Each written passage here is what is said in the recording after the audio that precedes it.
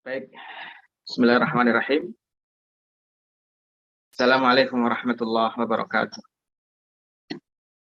Waalaikumsalam. Alhamdulillahirabbil alamin, alladzi hadana li hadza wa ma kunna linahtadiya laula an hadanallah. Alhamdulillahirabbil alamin, alladzi arsala rasulahu bil huda wa dinil haqq liyudhhirahu 'ala ad-dini kullihi wa kafa billahi shahida. Asyhadu an la ilaha illallah wahdahu la syarika lah wa asyhadu anna Muhammadan 'abduhu wa rasuluh. Allahumma salli wa sallim wa barik ala nabiyyina Muhammadin sallallahu alaihi wasallam wa ala alihi wa sahbihi wa man tabi'ahu bi ihsanin ila yaumiddin. Allahumma aftah alaina hikmataka wanshur alaina min khazaini rahmatika ya dzal jalali wal ikram. Allahumma inna nas'aluka fahman nabiyyin wa hifdzal mursalin wa ilhamal malaikatil muqarrabin. Subhanakallahumma rabbana la ilma lana illa ma 'allamtana innaka antal alimul hakim. Amma ba'du. Saudara sekalian, Bapak Ibu di komunitas keluarga Muslim Indonesia Stavanger, mudah-mudahan pada kesempatan sore hari ini untuk waktu Indonesia kita semua selalu dalam kebahagiaan, dalam perlindungan, penjagaan Allah Subhanahu wa Ta'ala. Satu kenikmatan besar Allah Subhanahu wa Ta'ala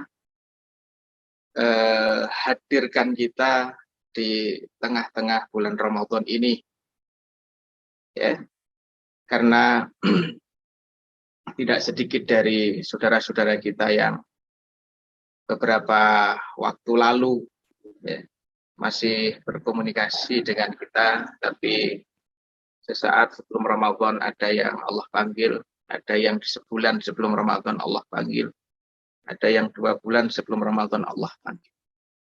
Dan adanya kita di bulan Ramadan ini karena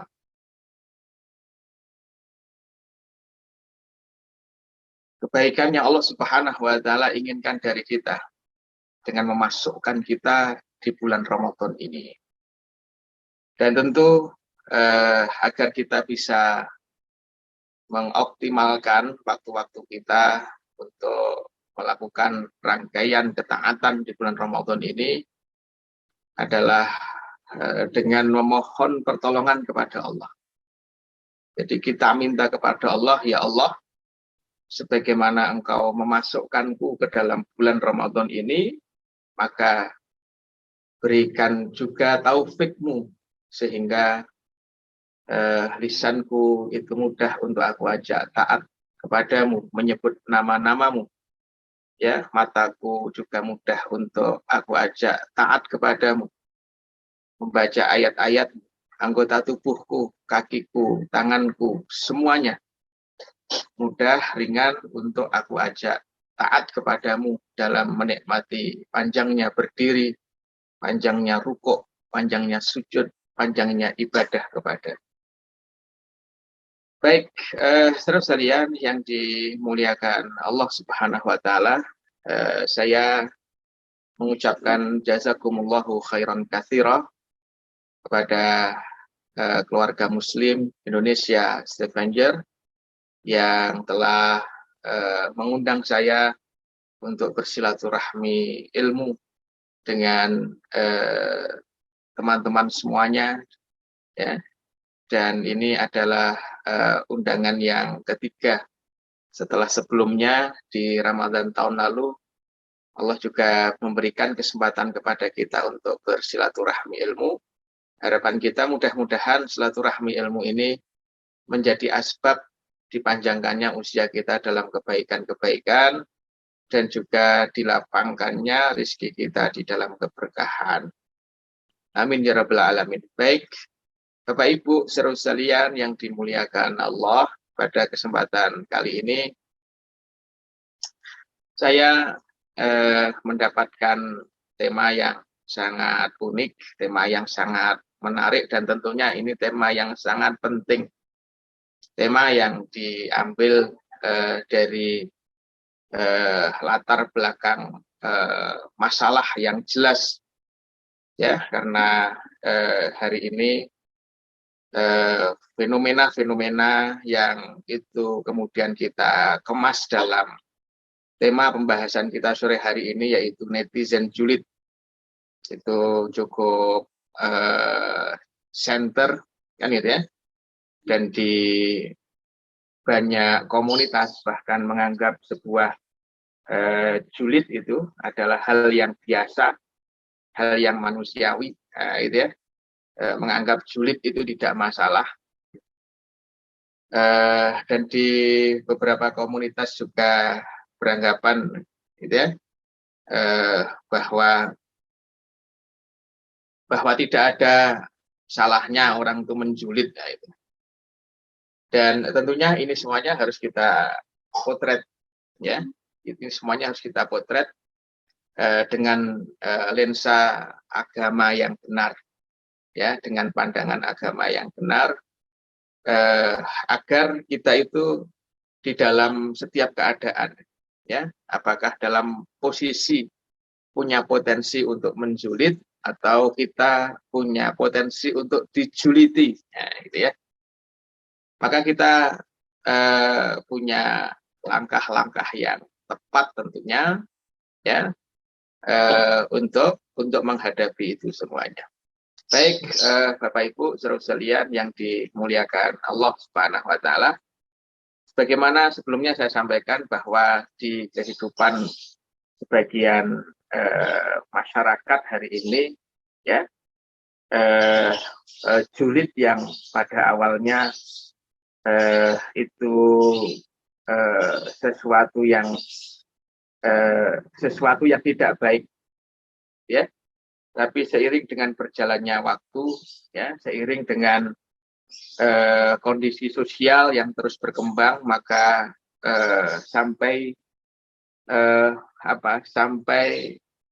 hadir sebuah perspektif, sebuah cara pandang di sebagian masyarakat bahwa julid itu sesuatu yang normal-normal saja, gitu ya.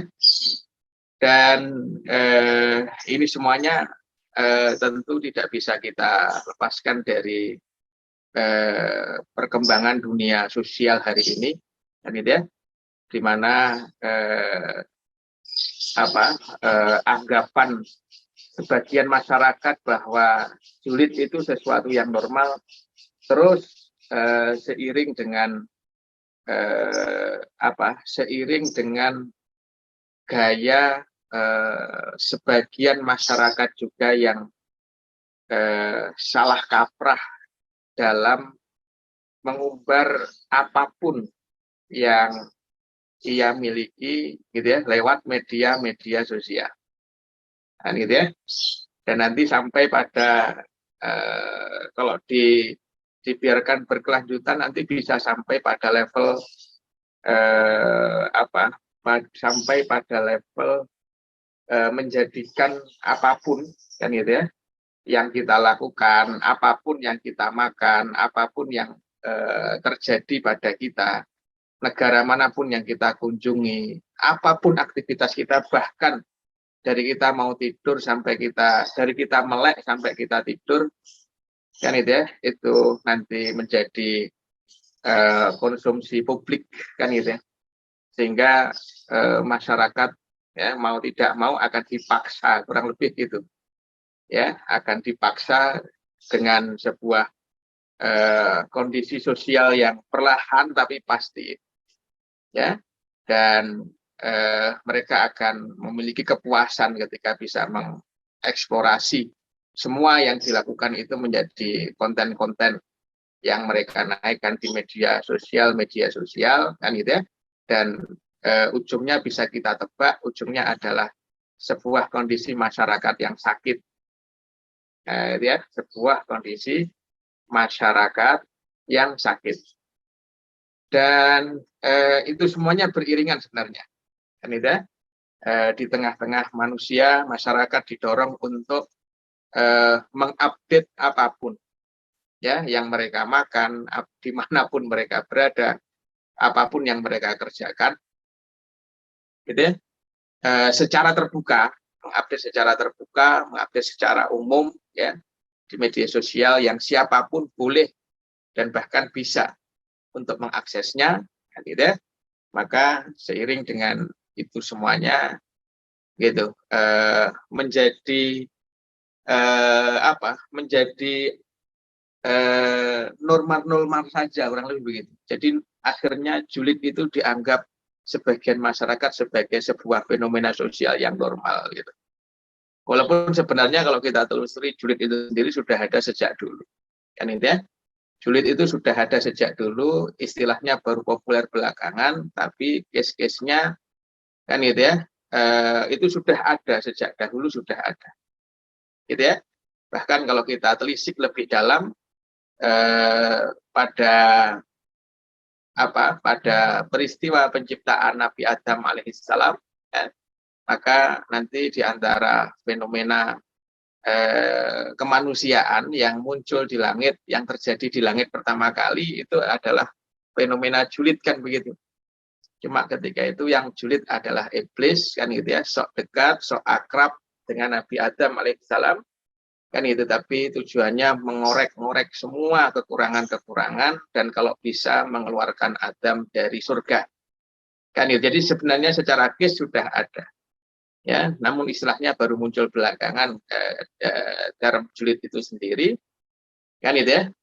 Namun ya seiring dengan tumbuhnya masyarakat sakit yang apapun harus diupdate di media sosial secara terbuka, secara umum, nah, gitu ya. Maka nanti seiring juga dengan anggapan bahwa julid itu adalah sesuatu yang biasa-biasa saja. Tentu ini menjadi masalah, kan gitu ya. Karena sebagai seorang Muslim tentunya, jangankan sebagai seorang Muslim, nah sebagai seorang manusia saja, kan gitu ya. Sebagai seorang manusia saja, kalau fitrah kebaikan kita itu masih terjaga, maka membicarakan kekurangan di belakang saudara kita, mengorek-ngorek aib saudara kita, kemana-mana kita menyampaikan keburukan-keburukan saudara kita, kan gitu ya, dan kita mempengaruhi massa untuk membenci saudara kita, itu kan sesuatu yang tidak manusiawi. Jadi sebelum kita bicara tentang cara pandang seorang Muslim aja, kita pakai cara pandang kemanusiaan lah, bahwa aktivitas seperti itu tidak manusiawi, ya gitu ya. Tidak manusiawi itu artinya tidak layak dilakukan oleh manusia, kan gitu. Tidak layak dilakukan oleh manusia, kan itu. Sampai pada level apa? Sampai pada level memobilisasi masalah, kurang lebih begitu, ya. Orang yang julid itu kan dia mencoba untuk menyampaikan untuk membuat frame, ya, dan menularkan frame cara pandangnya kepada orang yang ia juliti, kepada orang-orang lain, kepada teman-temannya yang lain, supaya melihat orang yang ia juliti dengan cara pandang yang sama dengan yang ia gunakan, kan gitu ya. Jadi walaupun tiap orang skupnya berbeda-beda, orang kalau bahasanya, memang dia tokoh, followernya banyak dan seterusnya, maka dia bisa terjebak di situ dan mungkin efek dari frame yang ia buat akan besar, gitu ya. Frame keburukan yang ia buat tentang orang yang ia juliti mungkin akan besar karena di belakangnya banyak pengikut, kan itu ya. Yang biasa pun kalau ia lakukan, ia tularkan cara pandang yang buruk terhadap saudaranya, itu dia sampaikan kepada temannya, dia sampaikan lagi kepada temannya. Seberapapun ia dapat, tapi ada proses menularkan cara pandang buruk terhadap saudara, maka itu adalah sesuatu yang tidak manusiawi, ya, tidak pantas dilakukan oleh manusia. Nah, saudara sekalian yang dimuliakan Allah Subhanahu wa taala, kaitannya dengan julid itu sendiri, ya. Maka kalau kita kupas gitu, julid itu kalau kita kupas, ya. Kita coba bukalah, contohnya saya bacakan ini, ya, terkait dengan makna julid itu, ya, sesuai dengan fenomenanya, kemudian definisi yang yang beredar, yang berkembang hari ini. Dan itu coba saya bacakan definisi julid menurut KBBI lah, kan itu. Baru nanti coba kita kupas. Terkumpul berapa dosa dalam satu kata julid itu, gitu ya. Coba menurut Kamus Besar Bahasa Indonesia, ya. Arti kata julid adalah menaruh perasaan marah, benci, tidak suka, karena iri yang amat sangat kepada keberuntungan orang lain. Ya. Kemudian perasaan itu diungkapkan secara langsung, seperti melalui media sosial. Ya. Jadi diungkapkan julidnya itu. Apakah diungkapkan secara langsung ditularkan kepada teman-temannya, komunitasnya, atau lewat media sosial. Dan itu artinya kalau dia tahan sendiri, dia obati sendiri, namanya kan bukan julid. Ya, tidak suka sama orang, benci sama orang, ya, kemudian iri lah sama orang, tapi dia pendem sendiri, dia nggak membuat frame yang ia sebarkan kepada teman-temannya, dia juga nggak update status dan seterusnya, maka itu kan tidak disebut julid. Dan itu artinya ada usaha lah. Kan itu ya. Jadi bayangkan itu, ada berapa akumulasi saja itu, ya, dari keburukan-keburukan dalam sebuah kata, namanya adalah julid.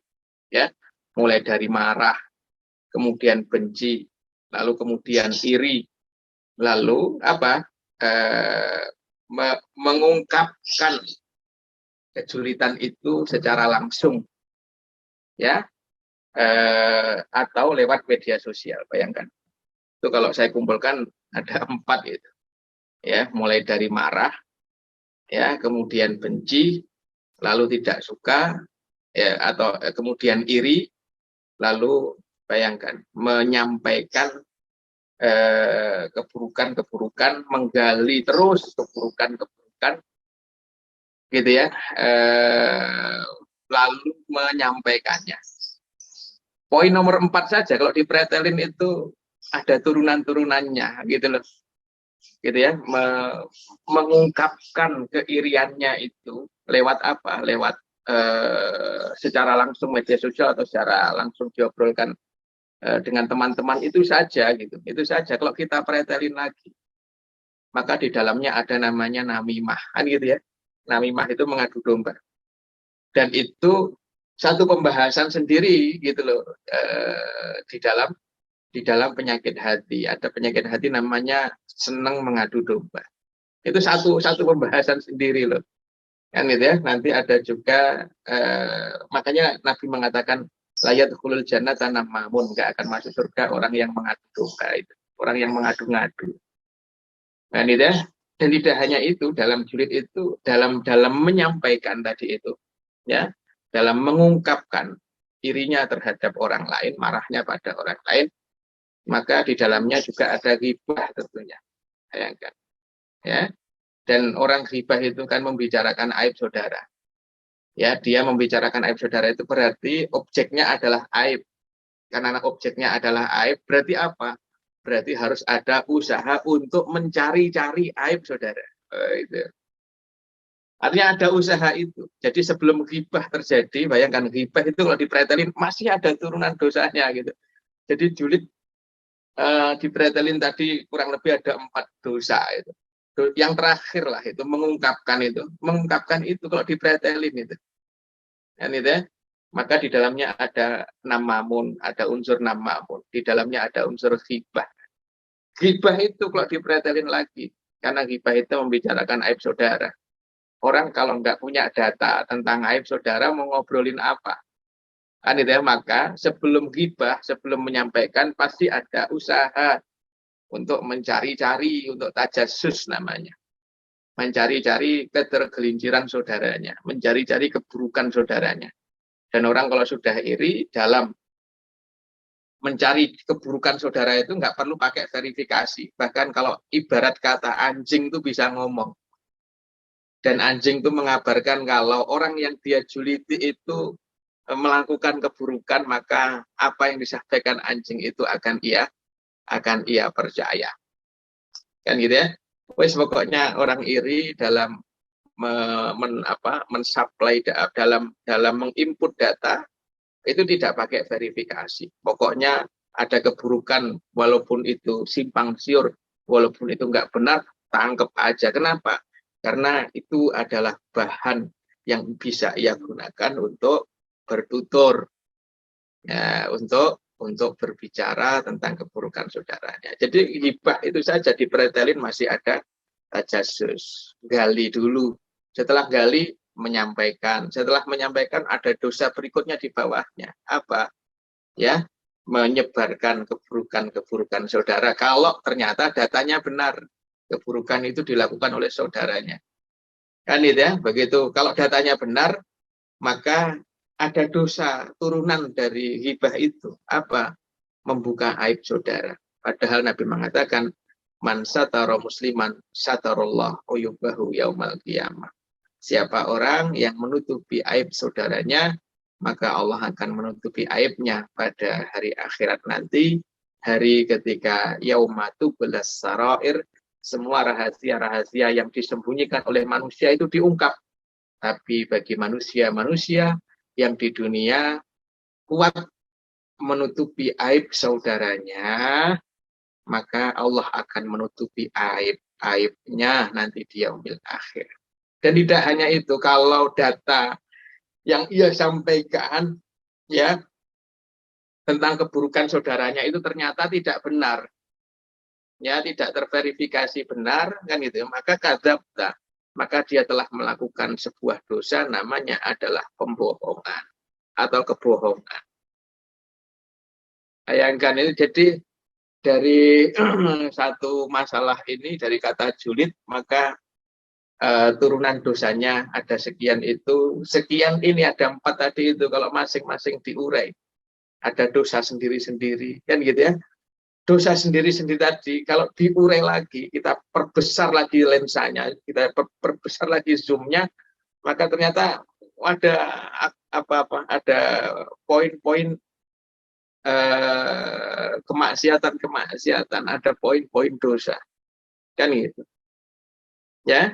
Dan bayangkan jadi kalau dulu gitu ya, kita itu kalau ngaji, kalau belajar tentang penyakit hati, ghibah itu ghibah gitu aja. Kalau kita belajar tentang penyakit hati suka mengadu domba, ya sudah, babnya mengadu domba gitu. Kalau kita belajar tentang penyakit hati namanya iri, ya sudah, kita cuma bahas iri gitu. Ya, kalau kita membahas penyakit hati, senang menyebarkan, senang memberitakan kekurangan saudara, yaitu babnya hanya itu. Tapi begitu kita bahas julid gitu, maka semuanya tadi kita bahas. Kan gitu ya? Semuanya tadi kita bahas. Jadi ini akumulasi. Ya, bayangkan kata ini kemudian, ya, fenomena sosial ini gitu. Fenomena sosial ini kemudian hari ini oleh sebagian masyarakat dianggap sebagai sesuatu yang sangat biasa. Kan gitu ya. Padahal kalau kita perhatikan akumulasi dari banyak dosa-dosa. Nah, itu ya. Jadi ini tentu kita punya, setiap orang punya potensi yang berimbang antara menjuliti dan dijuliti. Ya, kita semuanya punya potensi yang berimbang lah. Kita punya potensi untuk julitin orang. Kita juga punya peluang untuk dijuliti, kan gitu. Maka setelah kita mengetahui adanya akumulasi dosa-dosa, keburukan-keburukan dalam sebuah aktivitas yang namanya julid tadi itu, kan itu ya. Maka apa?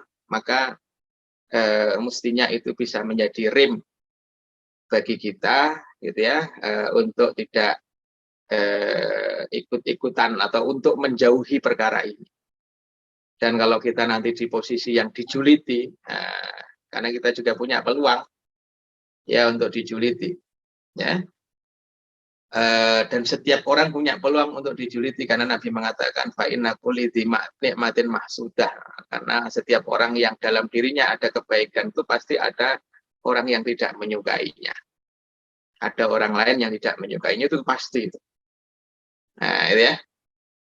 Maka kita bisa menyikapinya dengan baik gitu ya. Tidak mengeruhkan hati kita gitu ya. Ketika kita dijuliti pun bahkan hati kita tetap jernih, tetap tawajuh kepada Allah dan seterusnya. Jadi ini hal yang harus kita pahami bersama. Baik, saudara sekalian yang dimuliakan Allah Subhanahu wa taala, kalau babnya bab tentang peluang untuk juliti, maka saya sudah menyampaikan di awal tentang bahayanya. Ya, tentang bahaya julid itu. Ya, sekian banyak tadi itu, akumulasi puzzle dosa tersusun ya dalam satu aktivitas julid itu. Ya. Jadi ada puzzle dosa. Mestinya sebagai orang beriman, begitu disebut ada puzzle dosa, kalau ya gitu, itu kita sudah takut. Ada satu dosa aja kita itu takut. Apalagi ada kolaborasi dosa. Ya. Maka mestinya lebih takut. Ya, kemudian meninggalkan itu, menjauhi itu sejauh-jauhnya. Karena orang beriman itu melihat dosa ya sekecil apapun, itu seperti orang yang duduk di samping gunung yang ia khawatir gunung itu akan rubuh menimpanya. Kalau orang yang tidak beriman melihat dosa itu segede apapun, itu seperti lalat yang nempel di pipi, nempel di hidung. Itu paling ditepuk dikit aja lalatnya udah pergi. Ya, orang beriman sebaliknya. Kalau orang yang tidak beriman melihat dosa besar itu seperti lalat yang ditepuk aja bisa pergi, maka orang beriman melihat dosa kecil itu seperti gunung yang ia sedang duduk di sampingnya dan dia khawatir gunung itu akan rubuh menimpanya. Kan gitu.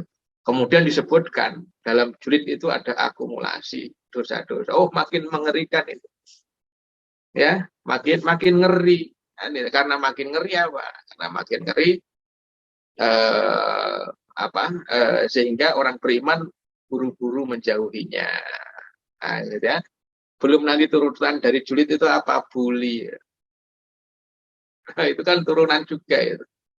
Begitu yang juliti merasa punya kekuatan, merasa banyak yang dukung, merasa banyak yang terpengaruhi oleh framing-framing yang ia buat, akhirnya ia membuli temannya yang ia juliti itu.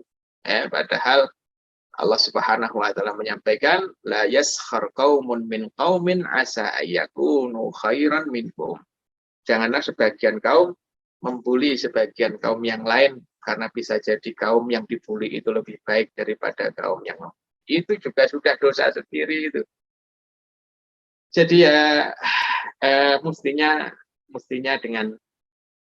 dengan mapping yang tadi coba kita gelar dari kata julid itu kira-kira tersusun terangkai dosa-dosa apa saja, mestinya ketika kita punya peluang untuk julid, maka ini bisa menjadi rem bagi kita untuk menghentikan. Nah, yang kedua kan itu ya, yang kedua bagaimana kalau kemudian posisi kita adalah posisi yang dijuliti ya itu.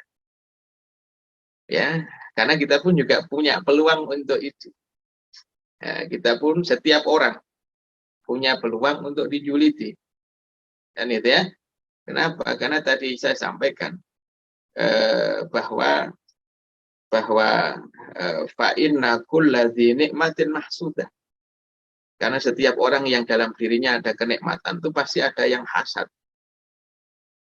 Ya, pasti ada yang iri. Kalau kata Imam Ghazali, iri itu dosa cabang. Karena sebelum iri itu dosa ranting. Karena sebelum iri itu ada cabang dosa. Namanya adalah benci. Benci itu cabang. Kenapa? Karena sebelum benci ada pohonnya namanya marah. Jadi marah itu pohon, ya. Kemudian dahannya itu benci, ranting-rantingnya itu adalah iri. Kan itu ya. Lah nanti dari iri, buahnya apa? Buahnya ada tajasus, nyari-nyari keburukan saudara. Kan itu ya. Nanti ada buahnya apa lagi? Ya buahnya tadi ghibah, membicarakan aib saudara. Nanti ada buahnya lagi apa? Buahnya adalah mengadu domba. Ada lagi buahnya apa? Buahnya adalah membuat makar supaya nikmat itu hilang dari saudaranya. Buahnya apa lagi? Buahnya macam-macam. Buahnya bisa membuli ketika dirinya sudah punya kekuatan, dukungan dari orang-orang yang ada di sekitar. Kan gitu ya. Nah kalau kita di posisi dijuliti, maka sebenarnya ini adalah posisi yang apa? Kalau boleh disebut adalah posisi yang menguntungkan, karena sesungguhnya julid itu bagi saya, karena dalamnya ada akumulasi dosa-dosa tadi itu, maka bagi saya julid bukan hanya fenomena sosial, bukan hanya sekedar penyakit hati, tapi julid adalah tadi penyakit jiwa julid itu. Ya, jadi bukan hanya sekedar tren-trenan kan itu, tapi bagi saya orang yang senang julid itu adalah orang yang jiwanya sakit. Ya, kalau tidak mau disebut orang gila, atau kalau tidak mau disebut orang dalam gangguan kejiwaan. Tapi orang julid itu adalah orang yang jiwanya sakit. Ya, kenapa? Tadi kalau didiagnosa, orang julid itu hatinya didiagnosa, jiwanya diagnosa, ternyata tadi ada penyakit ini, mulai dari pohonnya sampai ke buahnya ada semuanya. Dari pohon dosa, dahannya, rantingnya, buah-buahnya semuanya ada. Kan gitu ya. Jadi justru sebenarnya kita kasihan kepada saudara-saudara kita yang julid kepada kita. Ya, mereka justru adalah orang-orang yang perlu untuk dikasihani, ya, perlu untuk disayangi. Dan itu kenapa? Karena mereka ini adalah orang-orang yang sakit. Cuma karena sakitnya itu, ya, sakit batin, bukan sakit dohir. Kalau sakit dohir, demam bisa dicek, ya, suhu tubuh bisa dicek, luka yang menganga kelihatan. Ya, cuma ini adalah penyakit jiwa yang terkadang kalau kita sebut bahwa jiwa kamu itu lagi sakit, itu juga justru malah defense, tidak percaya, ya, dan menolak itu. Ya, jadi ini dan karena itulah justru ini menjadi penyakit yang berbahaya. Kenapa? Karena pengidapnya itu merasa bahwa dirinya tidak sakit. Dan itu ya. Jadi penyakit sakit itu kan mudah untuk ditangani kalau orang yang sakit itu nyadari kalau dirinya sakit itu. Kan itu ya. Dia menyadari dirinya sakit itu, akhirnya dia putuskan untuk pergi ke dokter, ya, berobat. Lalu sama dokter dikasih resep, ya tebus di apotek, lalu dia konsumsi obatnya itu. Jadi minum obat itu berasal dari kesadaran bahwa dia itu sakit. Ya, masalahnya orang-orang yang sudah tertutup, kan gitu ya. Tadi saya sampaikan julid itu ranting loh, ya. Yang pangkalnya adalah marah tadi, dan marah itu kan menutup akal, kan gitu. Maka kalau disampaikan bahwa jiwamu itu lagi sakit loh, ya, kamu itu sedang masalah loh, maka dia akan menolak itu, merasa kalau fine aja, baik-baik saja, kan gitu. Nah, kalau orang sakit merasa sehat, orang sakit merasa tidak sakit, maka jangankan minum obat, dia konsultasi tanya ke dokter saja tidak. Akhirnya dia tumbuh, dia hidup dalam kondisi jiwa yang sakit. Jadi bapak-bapak, ibu-ibu, saudara sekalian, keluarga Muslim Indonesia, Stranger yang saya hormati, eh, ketika ada netizen julid maka sesungguhnya sebagai seorang Muslim maka kita mestinya adalah orang yang tersentak hati kita, orang yang terenyuh hati kita melihat fenomena itu karena itu adalah fenomena penyakit jiwa. Dan kalau ada orang-orang yang menjuliti kita, maka mereka adalah orang-orang yang sakit, yang perlu disembuhkan, yang perlu diobati, kan gitu ya, yang perlu dilembuti, yang perlu disayangi, kurang lebih seperti itulah, kan gitu. Karena kasihan mereka itu, ya, kasihan mereka itu. Kalau bahasa Ibnul Mu'taz, ini seorang sastrawan besar, ya, dalam syairnya ia mengubah isbir ala kaidil hasudi fa inna sabraka qatiluh fannaru ta'kulu fannaru ya'kulu nafsahu illam yajid ma ya'kulu. Nah, itu ya. Jadi sabarlah kamu menghadapi tipu daya orang-orang yang tidak suka kepadamu. Sabarlah kamu menghadapi tipu daya orang-orang yang hasad kepadamu. Kenapa? Karena sesungguhnya kesabaranmu itu akan membunuh mereka. Nah, itu ya. Sesungguhnya kesabaranmu itu akan membunuh mereka. Kenapa kok bisa begitu? Ibnul Mu'taz melanjutkan, fannaru ta'kulu nafsaha illam tajid ma ta'kulu. Karena sesungguhnya api itu pasti akan memakan dirinya sendiri kalau sudah tidak ada kayu-kayu bakar yang bisa dia makan. Nah, itu ya. Jadi sebenarnya ini ini sebuah bahaya besar, ya. Pada yang julid sebelum bahaya itu sampai kepada yang dijulidi. Itu ya. Oleh sebab itu, saudara sekalian yang dimuliakan Allah Subhanahu Wa Taala, jadi justru mereka ini yang diilustrasikan seperti api, kan itu ya. Dan api itu makanannya kayu bakar, kan itu ya. Dan begitu kayu bakar itu ya, begitu kayu bakar itu habis, maka kayu bakarnya itu apa? Kayu bakar itu kan sebenarnya ilustrasinya adalah keburukan-keburukan yang dikumpulkan oleh orang-orang yang iri, keburukan-keburukan seseorang yang dikumpulkan oleh orang-orang yang iri untuk dia goreng, untuk dia bakar, dia framing dan seterusnya. Itu kalau sudah habis, maka api itu akan memakan dirinya sendiri. Gitu ya. Dan Ibnul Mu'taz mengilustrasikan hasad seperti api itu bukan sesuatu yang baru. Karena apa? Karena dulu Nabi Muhammad SAW pun juga mengilustrasikan hasad itu seperti api. Nabi mengatakan, iyyakum wal hasada fa innal hasad iyyakum wal hasada fa innal hasada ya'kulul hasanati kama ta'kulun narul hatoba. Jauhilah oleh kalian iri, karena iri itu memakan kebaikan-kebaikan sebagaimana api memakan kayu. Ya, gitu ya. Sebagaimana api memakan kayu bakar.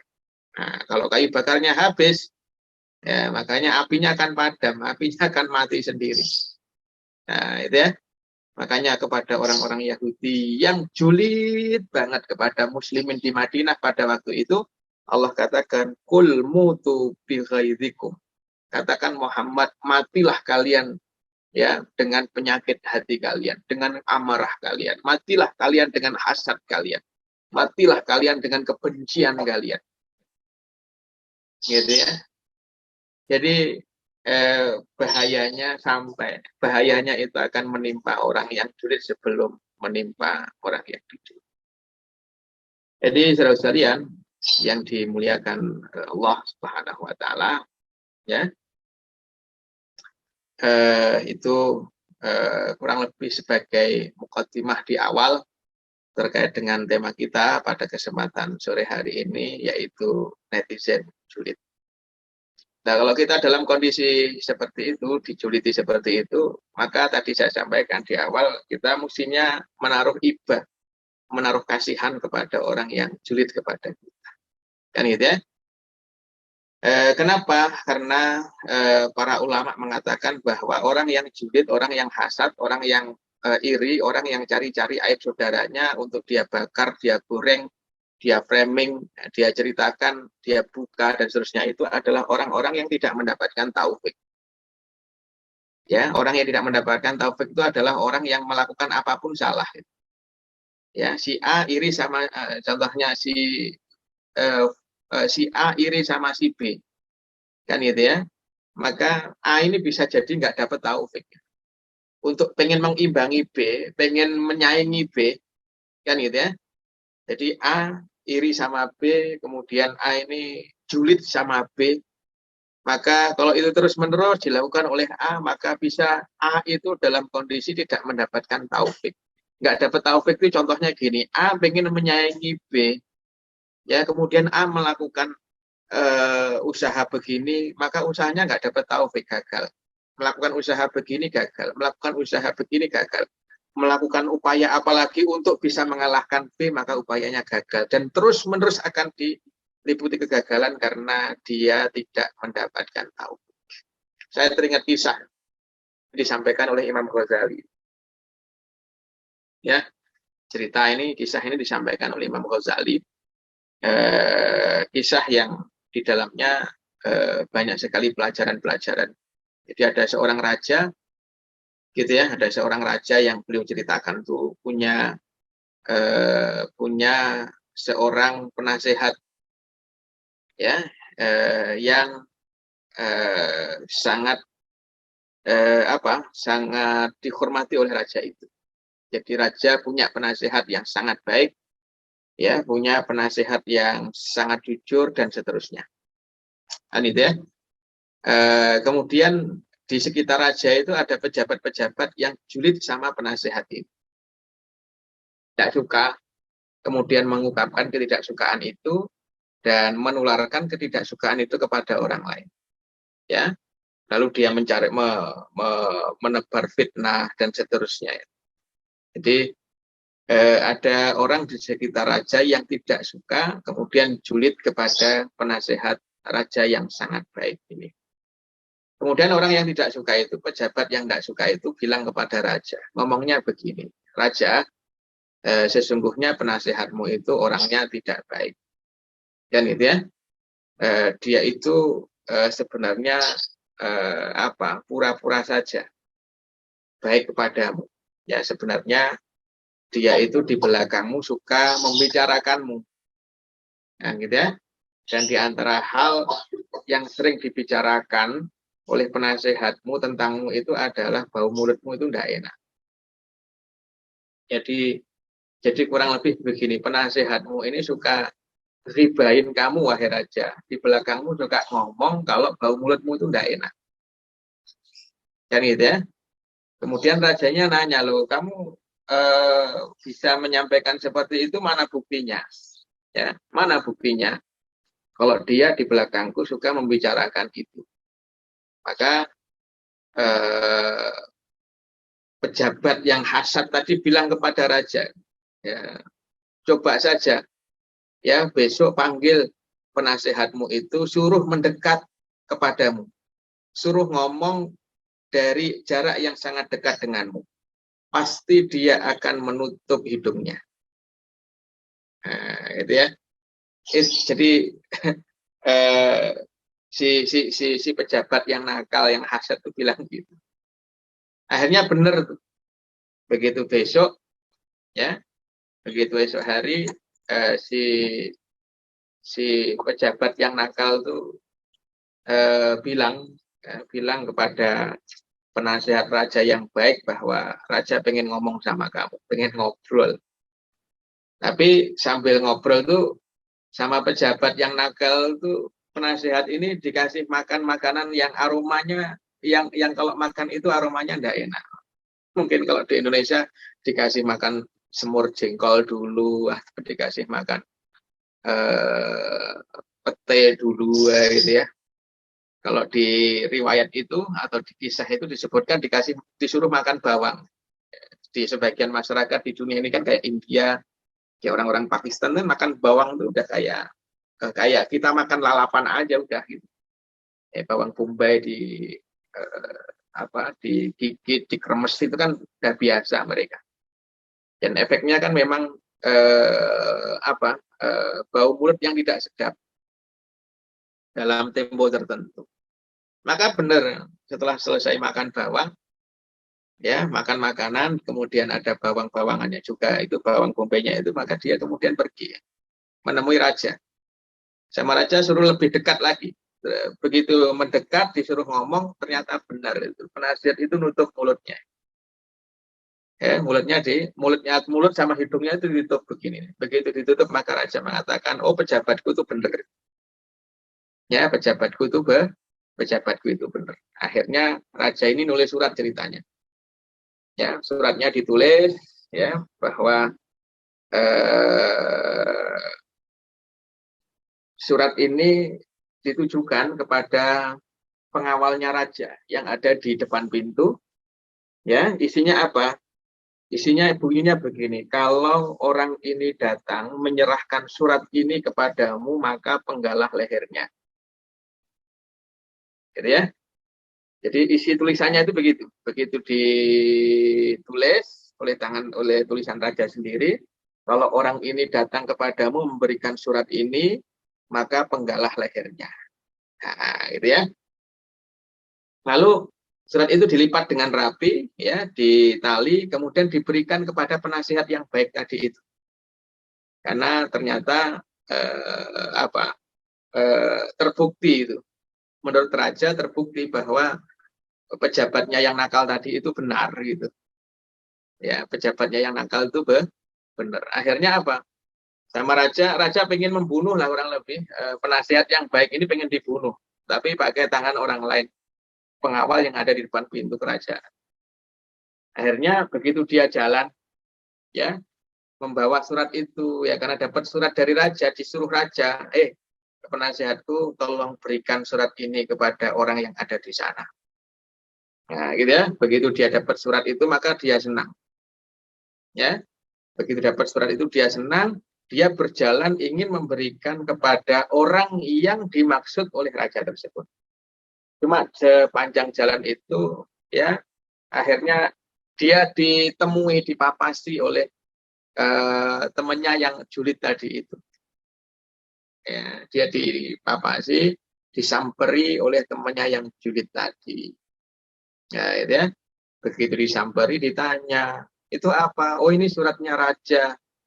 Ya, raja memintaku untuk memberikannya kepada yang di depan sana. Yang di depan itu sebenarnya penjaga gudang kekayaan kerajaan gitu. Jadi begitu orang tuh nemui penjaga gudang itu, maka kemungkinan besar dia akan dapat hadiah, akan dikasih duit gitu, dapat hadiah dari raja.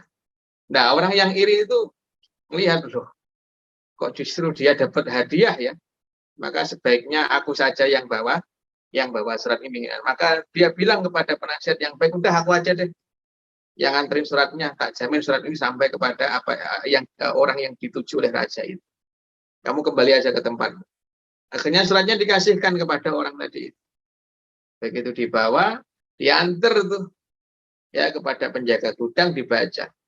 Ya, begitu dibaca maka penjaga gudang langsung menghunuskan pedangnya. Oh, dia kaget. Ya, pejabat yang nakal bawa surat tadi itu kaget. Ya, loh, kenapa kamu membunuhku? Maka pegawai penjaga gudang bilang, karena isi surat ini adalah kalau orang ini datang membawa surat, maka bunuhlah dia. Nah, itu ya. Dia berkilah sudah nggak diterima. Karena perintah raja seperti itu. Akhirnya dibunuh, mati. Nah, penasihat yang baik tadi balik, ya, ketemu sama raja, loh, kok kamu masih ada? Tadi bukannya aku suruh ngantar surat. Oh iya, tadi disuruh ngantar siapa? Di saat tadi di tengah jalan diambil oleh fulan. Katanya dia yang mau nganter. Akhirnya raja memverifikasi lah kurang lebih. Sebenarnya begini loh, surat itu tuh isinya begini. Kenapa? Karena aku dapat kabar begini. Yang ngasih kabar itu adalah pegawaiku yang terbunuh tadi itu. Nah, gitu ya. Katanya kamu itu di belakangku suka membicarakan keburukan-keburukanku, aib-aibku, nah, diantaranya adalah bau mulutku. Kan gitu ya. Dan ternyata aku buktikan benar waktu kamu ngomong itu kamu nutup hidung begini ini. Kan gitu ya. Maka penasihat yang baik tadi cerita. Sebenarnya aku itu nggak mencium bau mulutmu, wahai raja. Tapi bau mulutku saja yang bau. Kenapa? Karena sebelum ketemu dengan kamu, aku dikasih jamuan-jamuan yang banyak banyak bawangnya lah. Dan itu aku makan. Maka aku khawatir bau mulutku itu sampai kepadamu dan membuatmu tidak nyaman. Jadi orang-orang yang julid, orang-orang yang iri, yang hasad dan seterusnya itu adalah orang-orang yang tidak mendapatkan taufik. Usaha apapun untuk menyaingi orang yang dijuliti, maka itu tidak akan pernah bisa. Habis waktunya untuk apa? Habis waktunya untuk mencari-cari cara menjatuhkan saudaranya, dan itu tidak pernah diberikan taufik oleh Allah Subhanahu wa Ta'ala. Baik, saudara sekalian yang dimuliakan Allah Subhanahu wa Ta'ala, kurang lebih ini sedikit pemaparan dari saya. Mungkin selanjutnya bisa kita lanjutkan dengan diskusi, dengan tanya jawab, gitu ya. Saya kembalikan ke Pak Rizal, silakan. Ya, Alhamdulillah, terima kasih atas penyampaian materinya dari Ustadz Hafiz. Sekarang kita udah sampai di sesi tanya jawab. Saya ingatkan kembali untuk rekan-rekan yang ingin bertanya bisa langsung ditulis di chat box atau bisa langsung raise hand untuk bertanya langsung pada Ustadz Hafiz. Baik Ustadz, saya udah ada beberapa pertanyaan di sini. Mungkin yang pertama adalah, sebenarnya apa sih yang dikategorikan ghibah, Ustadz? Apakah menceritakan atau curhat tentang kekesalan kita terhadap orang lain, kepada pasangan atau sahabat dekat, tanpa motivasi iri, atau keinginan menjelekkan atau menyebarkan aib juga? Apa itu termasuk ghibah? Kalau memang iya, bagaimana cara kita curhat? Karena kita kan manusia juga, Ustadz. Baik. Ya. Baik, ghibah itu kalau dibuat definisinya oleh Nabi begini, Pak. Ghibah itu adalah zikruka akhaka bima yakrah. Kamu menyebut saudaramu dengan sesuatu yang yang saudaramu tidak suka disebut dengan itu. Kan gitu ya. Jadi kamu menyampaikan contohnya berita tentang saudaramu yang saudaramu itu tidak pengen berita itu sampai kepada yang lain. Kan gitu ya. Maka begitu kita menyebutkan saudara kita dengan sesuatu yang saudara kita tidak suka, sesuatu itu disebutkan kepada orang lain, maka berarti kita telah ghibah. Kan gitu ya, berarti kita telah ghibah. Maka Nabi mengatakan, kalau keburukan-keburukan saudaramu yang kamu ceritakan itu memang ada pada saudaramu, gitu tuh Pak, maka kamu telah ghibah. Dan kalau keburukan-keburukan saudaramu itu tidak ada pada saudaramu, maka kamu telah bohong, kamu telah dusta.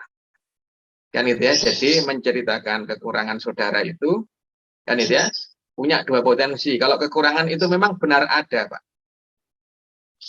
Kan itu ya, kekurangan itu memang benar ada, maka itu namanya adalah ghibah. Kalau kekurangan itu, keburukan itu memang tidak ada, maka itu artinya adalah dusta. Dan baik ghibah ataupun dusta, dua-duanya adalah perkara yang tercela dalam syariat ini. Adapun terkait dengan terkait dengan apa yang ditanyakan, kita kan manusia, kadang ada harus bercerita gitu ya tentang sebuah masalah. Kalau kita punya masalah dengan orang, apakah suami, apa anak, apa teman kerja, apa tetangga, itu kan mau tidak mau kita harus cerita tuh, kan gitu ya.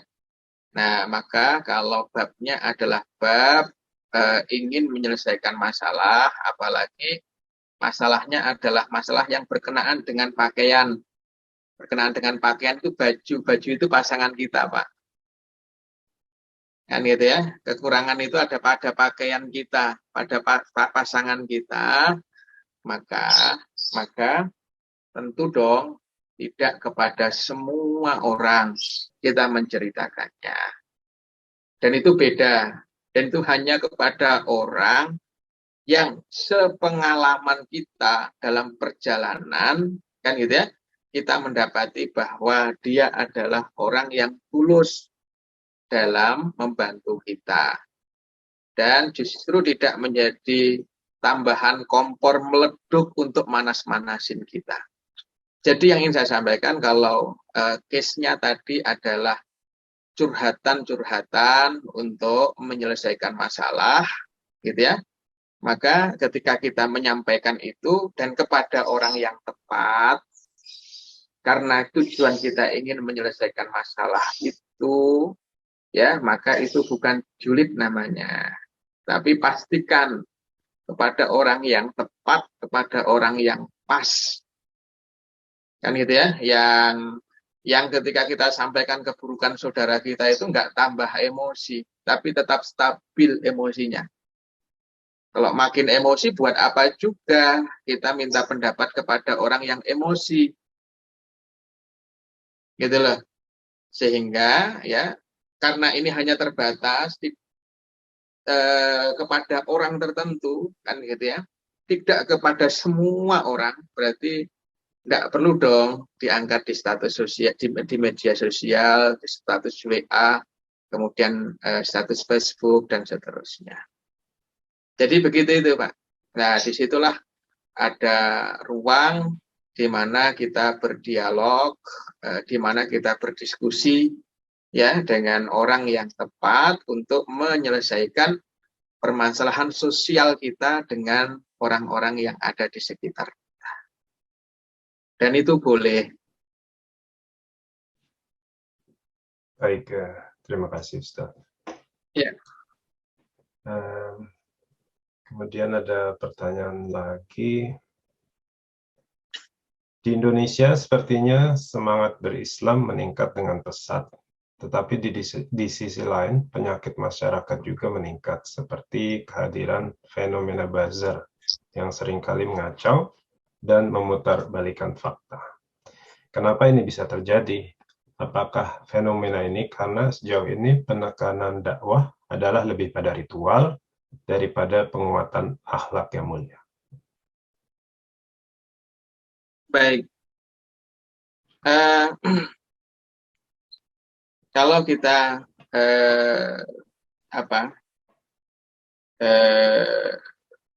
melihat terkait dengan fenomena geliat Muslim yang ada di Indonesia, memang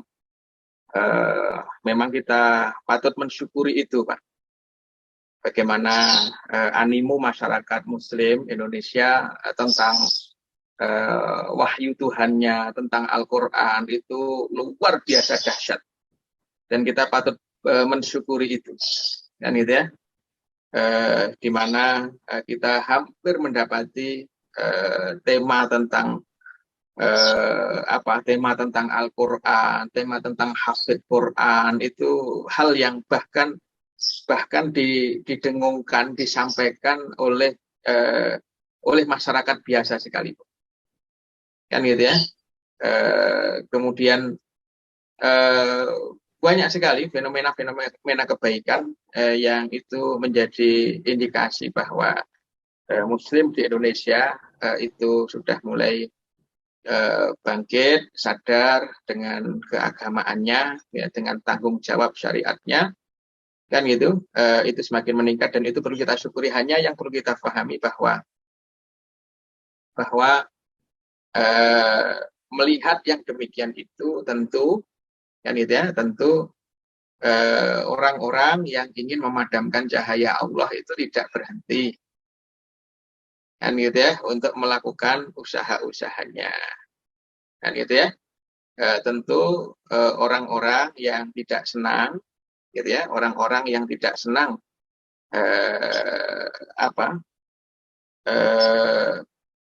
nilai-nilai kebaikan itu tersebar, karena begitu nilai-nilai kebaikan itu menjadi kesadaran massal, gitu ya, nilai-nilai kebaikan itu menjadi kesadaran massal, maka kekuatan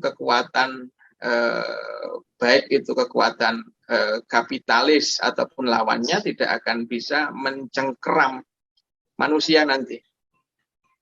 Kan itu, supaya manusia itu bisa dikapitalisasi, supaya manusia itu bisa diatur-atur, maka manusia harus dikondisikan dalam kondisi biasa kok melihat keburukan-keburukan itu. Kan gitu ya. Karena begitu Muslim ini sadar dengan kebaikan-kebaikannya, maka Muslim ini nanti susah untuk dikapitalisasi, Pak. Dan itu akan beririsan dengan kepentingan segelintir orang, contohnya di bumi ini, di dunia ini, kan gitu ya, ya kekuatan-kekuatan tertentu. Sehingga apa? Sehingga jelas, kan gitu ya, jelas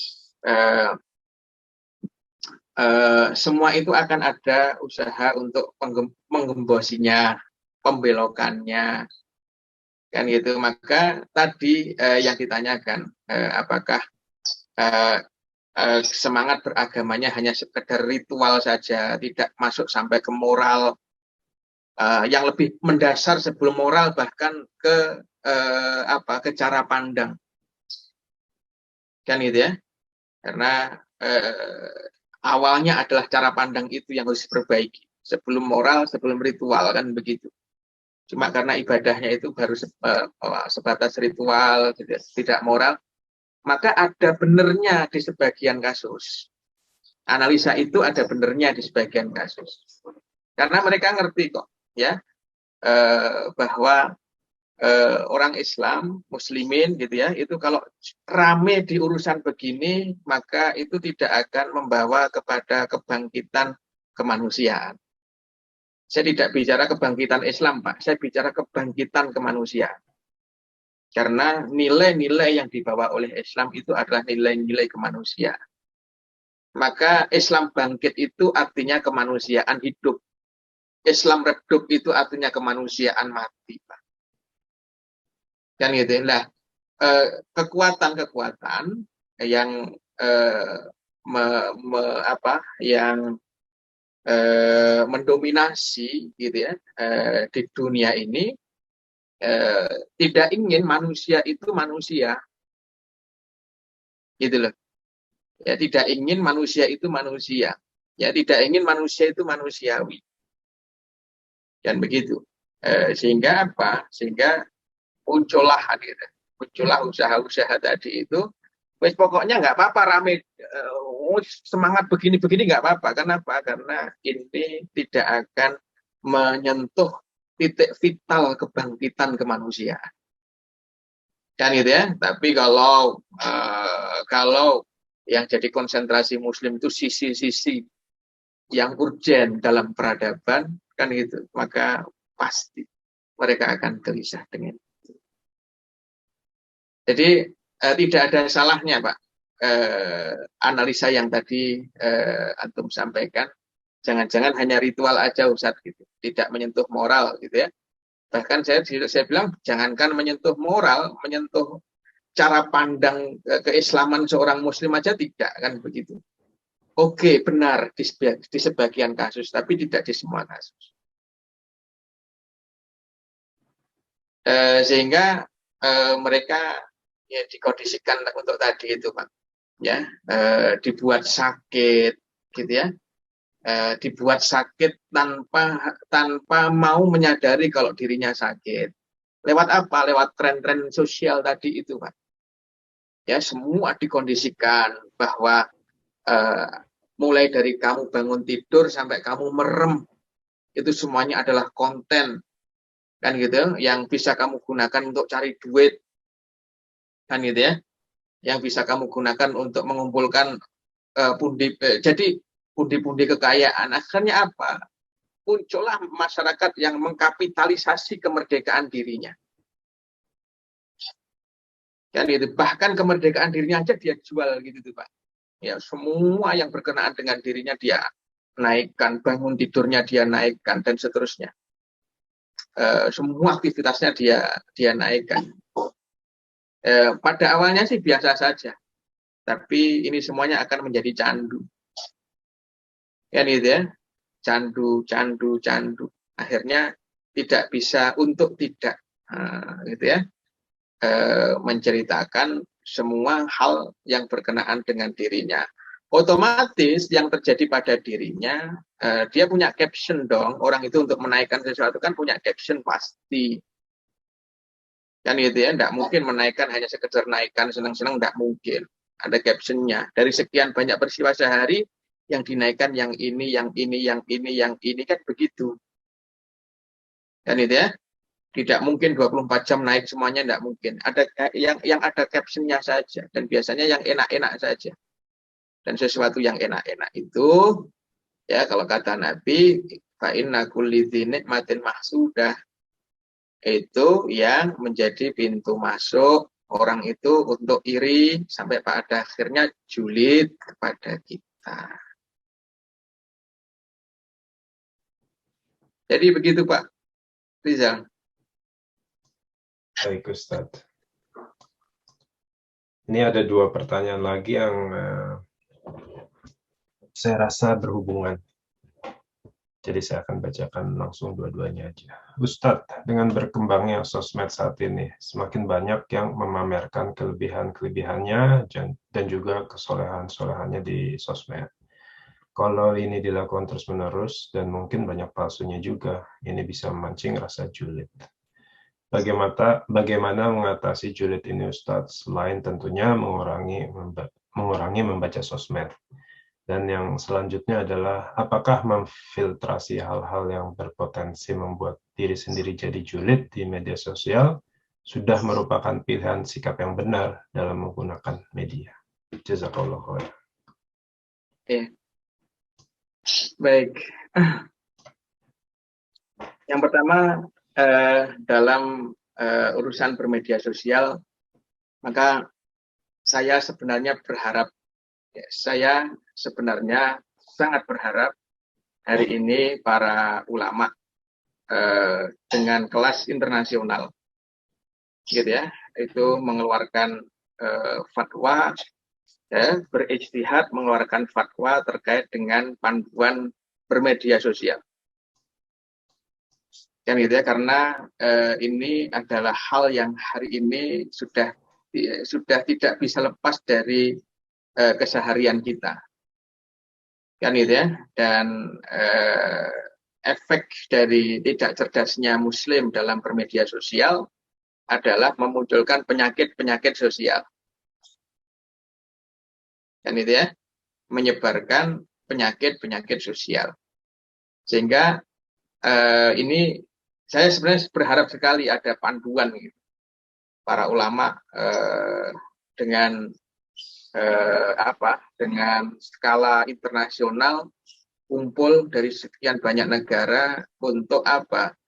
Untuk membuat panduan bermedia sosial untuk umatnya di semua belahan bumi mana, agar cerdas dalam bermedia sosial. Oke. Kaitannya dengan tadi, kalau kita di posisi yang senang mengupload tadi itu, maka pahami kalau yang kita upload adalah hal-hal yang sifatnya duniawi, maka itu bisa mengundang orang-orang untuk hasad kepada kita. Dan itu ya, dan hasad kepada kita itu memang yang akan mendapatkan bahaya buruk pertama kali adalah yang hasad sebelum kita yang dihasad. Walaupun yang dihasad pun dalam keadaan tertentu juga akan mendapatkan bahayanya. Kan gitu ya. Kenapa? Karena Allah Subhanahu wa taala bersabda, Allah Subhanahu wa taala berfirman dalam Quran surat Al-Falaq, wa min syarri hasidin idza hasad. Kita berlindung kepada Allah dari keburukan orang yang hasad ketika menghasad kita. Kan gitu ya. Dan hasad itu penyakit yang bahkan bisa ditransfer lewat mata, Pak. Orang tidak suka sama orang, dia lihat itu mobil mewahnya, maka bisa jadi mobil mewahnya kecelakaan. Dia lihat itu rumahnya dengan pandangan hasad, maka akhirnya apa? Keharmonisan keluarganya terganggu. Kan gitu loh, Pak. Jadi di kemudian hari efeknya pada orang yang dihasati. Kalau yang dihasati, yang dijuliti itu tidak punya benteng-benteng zikir yang kuat. Kan gitu ya, cuma kan kita manusia, kadang lengah itu tuh, Pak. Ya, kadang ingat zikir, kadang lalai, kadang zikir, kadang lalai. Kita khawatir kalau lagi lalai dihasati. Nggak punya benteng pertahanan. Nah, itu ya. Baik, jadi kalau yang kita naikkan itu perkara duniawi, maka kita cuma khawatir itu hanya mengundang julidnya orang terhadap kita. Kalau yang kita upload adalah aktivitas kebaikan secara pribadi, begitu itu, maka kita hanya khawatir bangunan amal soleh kita itu rapuh. Ya, kenapa? Karena para ulama mengatakan, ya, para ulama menganjurkan perbanyaklah amal-amal rahasia. Karena amal-amal rahasia yang hanya kamu dan Allah saja yang tahu itu seperti akar. Adapun amal-amal yang nampak itu seperti pohon. Kalau semua amal kebaikanmu kamu expose, kamu naikkan, dan kamu bahkan sedikit sekali menyembunyikan amal kebaikanmu kepada Allah, maka itu seperti pohon besar yang akarnya kecil, gampang tumbangnya. Ya, itu kalau yang diekspos amal-amal soleh. Nah, itu ya, maka dua-duanya gitu ya, dua-duanya ya harus kita ukur, harus kita timbang. Yang satu potensi memunculkan orang iri, yang satu punya potensi apa? Menumbangkan amal soleh kita. Dan itu ya, maka perbanyaklah amal-amal yang rahasia yang hanya kamu dan Allah saja yang tahu. Dan spirit puasa kan itu tuh, Pak. Kita tuh puasa hari ini contohnya ada orang yang tadi siang sudah makan, tanya puasa nggak? Bisa saja dia ngomong puasa. Kan itu kenapa? Karena puasa itu sebenarnya bukan aktivitas kita menahan kelihatan nggak makan, kelihatan nggak minum itu, tapi sebenarnya apa yang kita rahasiakan. Maka puasa mengajarkan kita untuk memperbanyak merahasiakan amal-amal ketaatan. Baik, kalau kita di peluang untuk menjuliti orang, maka ketika kita membaca status, contohnya orang-orang status duniawi, ya, status yang sifatnya duniawi dari saudara-saudara kita, karena biasanya julid itu kalau punya hubungan, Pak, apakah teman, tetangga, rekan, keluarga, gitu tuh. Kalau orang lain, contohnya saya nggak kenal sama fulan yang ada di Malaysia, gitu contohnya ada orang di Malaysia, ini saya nggak kenal, gitu. Ya saya juga nggak julid juga. Atau orang dari daerah yang sama dengan saya nggak kenal, ya nggak julid. Julid biasanya karena punya hubungan pertemanan, kekeluargaan, dan seterusnya tadi.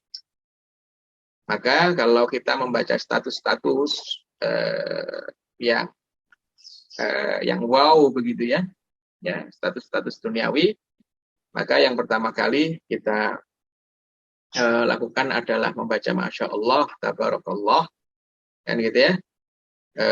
Yang itu menunjukkan ketakjuban kita kepada Allah yang telah memberikan kenikmatan-kenikmatan kepada saudara-saudara kita yang mengupdate status itu. Kan gitu ya. Kemudian yang kedua, kalau muncul potensi hasad dalam diri kita, kan gitu ya, maka segera pegang kaidah dari Nabi Shallallahu Alaihi Wasallam yang bersabda, "Unzuru ila man huwa asfala minkum." Ya. Unzuru ila man dunakum malan, wanzuru ila man fauqakum adaban, kurang lebih begitu. Jadi kalau untuk urusan harta, segera lihatlah yang ada di bawah kita. Kita melihat status, contohnya saudara kita baru beli mobil baru, beli villa baru, beli rumah baru, gitu contohnya. Itu ya. Kemudian terbersit lintasan godaan setan untuk iri, untuk hasad. Maka pertama baca Masya Allah, la quwata illa billah, Masya Allah, tabarakallah, dan seterusnya. Yang kedua, segera pegang kaidah Nabi. Untuk urusan dunia, lihatlah yang di bawah. Kenapa Nabi mengatakan, fa'innahu ajdar alla yazdar ni'matallahi alaikum. Karena dengan begitu, memudahkanmu untuk tidak meremehkan kenikmatan Tuhanmu kepadamu. Gitu ya. Wallahu a'lam bishawab. Terima kasih Ustaz. Mungkin ada satu pertanyaan lagi yang agak berhubungan dengan pertanyaan sebelumnya. Tadi kan sudah disampaikan oleh Ustadz kalau misalnya kita merasa julid dan kita curhat untuk menyelesaikan masalah kita, boleh untuk curhat itu. Nah, bagaimana nih, kan sifat manusia selalu tidak puas dan suka iri. Misalnya rumput tetangga jauh lebih hijau daripada rumput kita sendiri. Baik itu misalnya duniawi atau masalah ibadah. Kalau disimpan sendiri saja, apakah itu dosa, Ustaz? Kemudian, gimana kalau sikap julid itu dipakai sebagai motivasi untuk jadi lebih baik lagi, malah? Iya. Baik, mungkin lebih tepatnya irinya, bukan julidnya. Kalau julid itu memang sudah menularkan framing-framing keburukan terhadap saudara kita kepada orang-orang lain. Kan gitu ya. Jadi sudah tidak terpuji julid itu, karena dia sudah menceritakan dan mempengaruhi, gitu ya, secara langsung atau lewat media sosial. Mungkin lebih pada perkara yang membuat orang itu julid yang tadi, rangkaiannya sepanjang itu tadi. Rangkaian paling dekat dengan julid itu adalah iri lah contohnya, Pak. Ya, karena bisa juga julid itu karena benci, bisa juga julid itu karena marah, dan seterusnya. Paling dekat itu adalah iri. Maka kalau babnya adalah bab tentang iri itu, kalau kita punya keahlian berdialog dengan diri kita, maka sebenarnya kita tidak perlu mendialogkan itu kepada orang lain, menceritakan itu kepada orang lain. Kan itu ya. Kalau kita punya keahlian, kebiasaan berdialog dengan diri kita. Ya, dengan bisikan-bisikan setan, oh tetanggamu gini, temanmu gini, tetanggamu gini. Nah, dulu di Indonesia aja, dulu berangkatnya dari Indonesia aja, dan seterusnya lah gitu. Kamu lebih ini, ya. Sekarang dia begini dan seterusnya. Itu lintasan-lintasan setan. Duduk, ajak diri berdialog untuk berpikir secara jernih. Kan gitu. Ya, berdialog dengan diri. Pantas enggak kamu itu begini? Pantas enggak kamu begini? Apa sih faedahnya? Hari-harimu habis memikirkan tetanggamu. Nah, apa sih faedahnya? Hari-harimu habis mikirin, ya, hari-harimu habis kepikiran tentang mobil baru teman, hari-harimu habis kepikiran tentang tentang villa temanmu, hari-harimu habis kepikiran tentang jabatan saudaramu dan seterusnya. Jadi kepikirannya itu loh yang bahaya itu, Pak. Ya, kepikirannya itu yang bahaya. Kalau mikir nggak apa-apa, mikir itu sehat. Berpikir itu sehat, tapi kalau orang julid itu kepikiran itu, sehingga itu udah nggak sehat. Asam lambung nggak naik aja itu udah bener, udah untung itu. Nah, itu ya, kepikiran itu tuh, asam lambung nggak naik aja itu udah untung. Ya, belum nanti depresi, belum nanti kesuntukan, belum nanti kesempitan. Rumahnya udah gede, udah makrong-makrong, tapi masih merasa sempit. Padahal rumah yang dibeli temannya juga nggak seluas rumahnya. Mobil yang dibeli temannya juga nggak semewah mobilnya. Gitu loh, Pak. Jadi nggak terasa nikmat, kenikmatan besar yang Allah hadirkan untuk kita itu. Jadi coba kayak gitu itu kita dialogkan dengan diri kita. Kan itu ya, kalau nggak bisa, nah, gitu loh. Kalau nggak bisa, baru cari orang tapi yang pas, jangan serampangan. Ya, tapi kalau tidak menceritakan kepada orang, kita selesaikan dalam dialog kita dengan diri kita. Dialog dengan nalar yang jernih, logika yang bersih, maka lebih baik daripada kita sampaikan kepada orang lain untuk mencari solusinya. Logis enggak sih gitu loh. Aku tuh loh di jalan sambil naik mobil sepanjang jalan kepikiran mobil tetanggaku. Logis enggak sih itu? Gitu loh. Logis enggak sih? Aku tuh mau tidur susah merem cuma kepikiran, masuk akal enggak sih? Nah, masuk akal, bodoh kamu itu. Nah, gitu loh. Jadi kita bodoh-bodohin diri kita gitu, Pak. Buat apa gitu loh. Udah, semuanya udah ada yang bagi. Gitu itu contohnya, Pak. Kalau kita punya kecerdasan, berdialog dengan diri kita lakukan. Dan nggak butuh kita ceritakan kepada orang lain. Jadi begitu ya Pak Rizal. Baik, Ustaz, terima kasih. Ini kita masih punya waktu 5 menit lagi. Saya ada 2 pertanyaan lagi. Mudah-mudahan bisa cukup waktunya, Ustaz. Ya, silakan. Ya, ini udah ada yang raise hand. Abah Iqbal atau Ambulya, silakan. Alhamdulillah. Assalamualaikum Ustaz. Assalamualaikum Bulia. Iya Ustaz. Ya, ini Ustaz mau menanyakan tentang ini, kalau ada orang suka upload tentang keberhasilan anaknya gitu. Saya sih bukan julid atau iri ya, alhamdulillah gitu Ustaz. Cuman jadi insecure gitu. Kok saya nggak becus amat yang ngurus anak gitu. Jadinya gitu Ustaz. Jadinya insecure. Terus yang kedua, satu lagi pertanyaannya Ustaz. Kalau ada yang upload foto gitu. Dia lagi happy-happy sementara dia punya utang sama kita gitu. Bayar utangnya enggak. Nah, itu gimana tuh Ustaz? Mesti gimana hati kita Ustaz? Terima kasih Ustaz. Iya. Baik. Oke, sudah kuliah? Sudah Ustaz. Baik, untuk yang pertama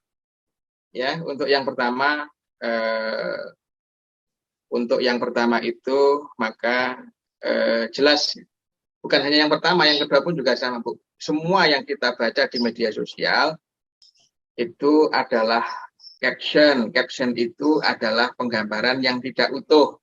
Paham ya, Bu ya? Saya moto apa gitu, Bu, saya kasih caption. Caption itu kan hanya sudut pandang saya saja gitu loh. Orang update gambar itu kan sudut pandang dia. Artinya kalau digelar sebenarnya tidak utuh segitu juga. Gitu loh, Bu. Paham ya? Sehingga kalau kita baca keberhasilan seorang keluarga dalam melahirkan anaknya, dalam mendidik anaknya dan seterusnya itu, kalau itu kemudian menginspirasi kita, maka itu adalah kebaikan. Tapi kalau itu kemudian kalau itu kemudian membuat kita melihat rendah diri kita atau membuat kita insecure tadi itu, kan itu ya, maka ini yang perlu ditimbang secara nalar, kan gitu ya Bu. Ya, perlu ditimbang secara nalar. Apalagi babnya bab tentang pendidikan anak. Saya itu kalau berbicara tentang pendidikan anak, apalagi kalau sudah masuk ke tips gitu ya, kalau di kaedah yang umum gitu ya, maka oke lah. Tapi kalau hal-hal yang sifatnya teknis, tips dan seterusnya, maka saya selalu kasih catatan bahwa ini tips, ini teknis yang cocok untuk iklim keluarga saya. Belum tentu juga cocok untuk iklim keluarga antum, kan gitu ya. Mungkin antum berbicara tentang hal teknis, tentang pendidikan anak, teknis banget, kan gitu ya. Teknis itu kan ranting-ranting dari kaedah yang universal, kan itu. Maka kita berpikir, iya mungkin ada keluarga yang cocok iklimnya untuk melakukan yang teknis-teknis gitu, ya, yang tips-tips itu. Tapi bisa jadi tidak cocok dengan iklim keluarga saya. Jadi itu hal yang begitu saya baca, apalagi terkait dengan keberhasilan pendidikan anak itu yang selalu saya lihat adalah nilai-nilai universalnya, Bu. Saya tidak terlalu banyak melirik pada hal-hal yang sifatnya tips, retorika, teknis dan seterusnya. Saya nggak melirik itu. Kan itu. Kenapa? Karena saya bisa ngukur ini tips ini cocok nih untuk keluarga saya. Yang ini tidak cocok. Kan itu. Tapi nilai universalnya saya dapat. Akhirnya apapun lah yang kita baca itu tetap kita bisa menikmati status media sosial dengan kecerdasan kita. Itu ya Bu ya. Jadi kita pun tetap menikmati pendidikan kita terhadap anak-anak kita, tapi di waktu yang sama kita pun juga muncul terchallenge lagi gitu loh, termotivasi lagi untuk mendidik keluarga kita lebih baik. Jadi gitu, jadi kita menjadi pembaca media sosial yang cerdas. Gitu. Nggak gampang terpengaruh. Bahkan baik loh ini, iya baik, tapi timbang dulu secara logika. Bener enggak ini? Kan gitu. Kalau babnya pendidikan keluarga tadi, ya saya nimbangnya begitu. Nilai universalnya apa sih yang disampaikan artikel ini? Kalau babnya tips, kita lihat tipsnya. Oh, oke. Ya, memang start keluarganya dari kondisi yang demikian, gitu contohnya. Atau yang ini start pendidikan anaknya dari kondisi yang demikian, oke. Dan saya tidak akan mengambil itu kalau memang secara iklim beda dengan keluarga saya. Tapi nilai universalnya ya jangan. Jadi saya tetap bisa menyerap motivasi, inspirasi dari kebaikan-kebaikan yang kita baca, walaupun kita tetap membacanya dengan kecerdasan. Kalau babnya tentang hutang tadi, update status, lagi happy-happy, tapi masih punya hutang dengan kita, maka itu kalau tidak disikapi dengan benar, kita bisa kepikiran bulia. Mereka yang senang-senang, kita yang nyesek. Gitu ya. Nyeseknya nanti sampai pada level makan nggak enak, mau tidur kepikiran. Tadi saya ceritakan di penjawaban sebelumnya, itu nggak naik asam lambungnya aja udah untung gitu. Gitu ya. Maka cara menyikapinya bagaimana? Simple. Cara menyikapi yang pertama kali kita harus berlapang dada. Yang kedua, kita isi lapang dada itu dengan husnudon kepada saudara kita yang pinjam duit itu. Husnudon aja dulu, Bu. Sampai kita mendapatkan penjelasan langsung dari orang itu di kemudian hari. Ya, mungkin dia belum balikin duit karena memang belum jatuh tempo mengembalikan. Makanya kebiasakan ya Bu ya, biasakan kalau transaksi hutang piutang walaupun dengan saudara yang sangat dekat, pastikan ada tempo yang disepakati. Gitu loh Bu. Kenapa? Karena ayat terpanjang dalam Quran itu tentang hutang. Allah mengatakan, ya ila ajalin musamman faktubuh. Kalau seorang dari kalian berhutang kepada yang lain sampai tempo tertentu. Jadi hutang itu ada temponya. Kasih tempo. Begitu ada tempo, kok nggak bisa mengembalikan, nanti ibu dapat apa? Tambahan pahala, tamdid apa? Memberikan tambahan keluangan waktu untuk mengembalikan hutang bagi saudara. Itu juga pahala. Kan gitu ya. Nah, kalau sudah kita kasih tempo, ya, maka kesulitan kita yang kedua apa? Oh, mungkin memang belum jatuh temponya. Kan gitu ya. Kalau jatuh temponya pasti dikembalikan, insya Allah. Mungkin dikembalikan. Kan gitu tuh, Bu. Yang ketiga, tambahin lagi husnudon. Oh, mungkin dia lagi suntuk, pengen senang-senang. Gitu ya. Kemudian yang keempat, kita bangun lagi husnudon. Oh, mungkin dia mengira saya itu duitnya masih cukup. Ya, untuk memenuhi kebutuhan bulanan. Oh. Kan gitu tuh. Tapi di awal tadi itu, yang penting sudah ada tempo yang disepakati untuk pengembalian uang tadi. Jadi lapangkan hati buat alasan-alasan yang memudahkan kita untuk berhusnudon kepada saudara kita. Gitu ya Bu Lia. Baik Ustadz, jazakumullah khair. Apaan? Berat? Ya berat. Baik Ustadz, ini ada pertanyaan terakhir, mudah-mudahan bisa cukup waktunya Ustadz. Ya. Jadi dari tadi kita udah melihat dari sisi bahwa kita membaca sosial media nih. Tapi ini mungkin dari sisi bahwa kita yang menuliskan di sosial media. Jika kita post sesuatu di sosial media dengan niat lucu-lucuan saja atau konsumsi pribadi untuk masa depan, tapi yang melihat menjadi hasad, apakah kita juga berdosa padahal itu di luar kendali kita?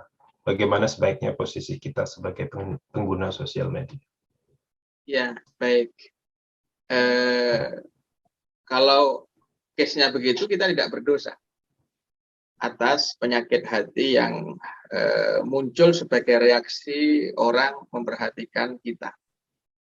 Dan itu Pak, seperti Allah mengatakan, "Khudzu zinatakum inda kulli masjidin wa kulu washrabu wa la tusrifu." Gunakan baju terbaikmu kalau kamu itu ke masjid untuk mengerjakan sholat. Kemudian ada orang hasad dengan baju kita karena kita pakai baju yang bagus. Nah, gitu ya. Bahkan mungkin di beberapa keluarga memperhatikan brand gitu. Dan itu kita pakai ke masjid gitu. Ya, kenapa? Karena ke kantor aja kita pakai yang branded. Ke masjid kan juga kan gitu. Zinatakum. Pakailah pakaian terbaikmu untuk pergi ke masjid. Kemudian ada yang hasad, maka itu sudah di luar ranah kita. Kecuali memang dari awal kita pengen pamer, lah itu baru beda lagi Pak kasusnya. Tapi pertanyaannya kan tidak begitu. Ya gitu ya. Lah kalau case-nya adalah lucu-lucuan atau hal-hal yang memang inspiratif banget lah buat kita untuk cita-cita kita ke depan. Kan gitu, atau untuk ngetik itu supaya nanti kita bisa review ulang di 2 tahun lagi, 3 tahun lagi, kita bisa baca karena kita take di status kita, dan seterusnya. Kemudian ada yang julid karena itu, maka kita tidak berdosa karena itu. Kan itu ya, kita tidak berdosa karena itu, hanya gitu tuh Pak, hanya tadi setelah kita meluruskan niat tadi itu, karena tujuannya nggak ada tendensi kemana-mana kok kan. Hanya yang perlu kita pahami Pak dan ibu-ibu semuanya, hanya yang perlu kita pahami itu ya, setan itu pekerjaannya adalah membuat bengkak, ya, membuat bengkak manusia. Di sekitar kita itu banyak orang-orang yang bengkak. Orang-orang bengkak itu kita jalan nyenggol dikit aja sakit, Pak. Padahal tujuan kita bukan nyakiti. Paham ya, Pak ya? Paham ya, Bu? Jadi di sekitar kita itu banyak orang-orang yang karena digoda setan, akhirnya dia jadi bengkak. Kita ngomong apa, nggak ada tendensi kemana-mana, ya. Kemudian menanggapinya, gitu loh, bahwa itu tendensinya ke dirinya, dan seterusnya. Wah, so amat sih gitu, ngetek atau nge-share artikel kayak gitu, kayak dia paling pinter aja gitu tuh contohnya Pak. Padahal kita nggak punya tendensi apa-apa, itu kita share artikel itu, biarin saja gitu. Hanya tadi itu, hanya kita perlu senantiasa meminimalisir kelengahan kita dari mengingat Allah, Pak, dari berzikir kepada Allah. Setelah itu sudah di luar kendala, sudah di luar ranah kita kembalikan semuanya kepada Allah Subhanahu. Itu Pak Rizal. Ya, baik. Alhamdulillah itu pertanyaan terakhir di kajian kita hari ini, Ustadz. Terima kasih sekali lagi atas waktu yang telah Ustadz berikan pada kami dan juga ilmu yang telah diberikan. Juga terima kasih pada rekan-rekan yang sudah hadir di kajian hari ini, dan juga terima kasih pada tim panitia yang sudah menyiapkan kajian kita hari ini. Saya pribadi sebagai moderator mohon maaf apabila ada kekurangan dan kesalahan dalam acara hari ini. Sebelum kita tutup, mungkin Ustadz bisa memimpin doa bersama. Baik, Bapak-bapak, Ibu-ibu, saudara sekalian, keluarga Muslim Indonesia, stranger yang dimuliakan Allah, di waktu yang sangat baik di bulan Ramadan, mari kita menutup kebaikan ini dengan meminta kebaikan kepada Allah Subhanahu wa Ta'ala, kebaikan untuk keluarga kita, kebaikan untuk diri kita, orang tua kita, pasangan kita, anak-anak kita, juga saudara-saudara kita, kebaikan agama, kebaikan dunia, kebaikan akhirat. Kita meminta kebaikan kepada Zat yang Maha Baik, yang di tangannya ada semua kebaikan. Allahumma salli ala Sayyidina Muhammad wa ala ali Sayyidina Muhammad wa sallim radhiyallahu tabaraka wa ta'ala an sahabati Rasulillahi ajma'in. Walhamdulillahi rabbil alamin. Allahumma ighfir lil muslimina wal muslimat wal mu'minina wal mu'minat al ahya'i minhum wal amwat. Innaka sami'un qaribun mujibu da'awat wa ya qadiyal hajat. Rabbana zalamna anfusana wa illam taghfir lana wa tarhamna lanakunanna minal khasirin. La ilaha illa anta subhanaka inna kunna minaz zalimin. Allahumma aslih lana dinana alladhi huwa ismatu amrina wa aslih lana dunyana allati fiha ma'ashuna wa aslih lana akhiratana allati ilaiha ma'aduna waj'alil hayata ziyadatan lana fi kulli khair waj'alil mauta rahatan lana min kulli syarr. Allahumma la tada' lana fi maqamina hadza dhanban illa ghafartah wala hamman illa farajtah wala huznan illa asrartah wala daynan illa qadaitah wala jahlan illa 'allamtah wala 'usran illa yassartah wala hajatan min hawaijid dunya wal akhirah illa qadaitaha ya arhamar rahimin. Rabbana ighfir lana wa li walidayna warhamhuma kama rabbayana shighara. Rabbana hab lana min azwajina wa dhurriyyatina qurrata a'yun waj'alna lil muttaqina imama. Rabbana ja'alna muqimis salah wa min dhurriyyatina rabbana wa taqabbal du'a. Allahumma sahhil lana umurana wa umura walidayna wa umura azwajina wa umura abna'ina wa banatina wa umura ikhwanina wa akhawatina wa umura jami'il muslimin wal muslimat bi rahmatika ya arhamar rahimin. Rabbana atina fid dunya hasanah wa fil akhirati hasanah wa qina adzabannar. Walhamdulillahi rabbil alamin. Alhamdulillah, kita sudah sampai di akhir acara kita. Mari kita bacakan doa penutup majelis sebelum kita tutup kajian hari ini. Subhanakallahumma wa bihamdika asyhadu an la ilaha illa anta astaghfiruka wa atubu ilaik. Baik, mari kita tutup dan sampai jumpa di kajian berikutnya. Wabillahi taufiq wal hidayah. Wassalamualaikum warahmatullahi wabarakatuh. Waalaikumsalam warahmatullahi wabarakatuh. Terima kasih Pak Rizal. Jazakumullah khair Ustaz. Ya, Bu Lia. Terima kasih teman-teman semuanya. Terima kasih Ustaz. Ustaz. Ya, Assalamualaikum. Waalaikumsalam.